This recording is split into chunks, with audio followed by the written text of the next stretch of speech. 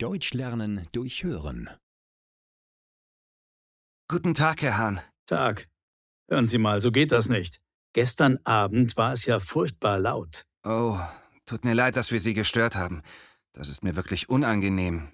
Aber ich habe mit Freunden meinen 20. Geburtstag gefeiert. Das musste doch nicht so laut sein?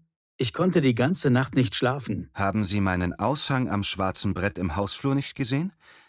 Da habe ich doch geschrieben, dass wir ein bisschen laut sein werden. Ich habe den nicht gesehen. Aber trotzdem war der Lärm ja unerträglich. Bis 4:30.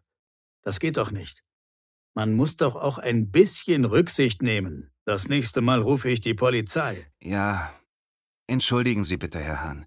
Wir haben die Zeit vergessen. Die Musik war wirklich sehr laut. Aber sonst macht das Tanzen nicht so viel Spaß. Und es ist ja nur einmal im Jahr. Aber machen Sie sich keine Sorgen. Das passiert nicht noch einmal.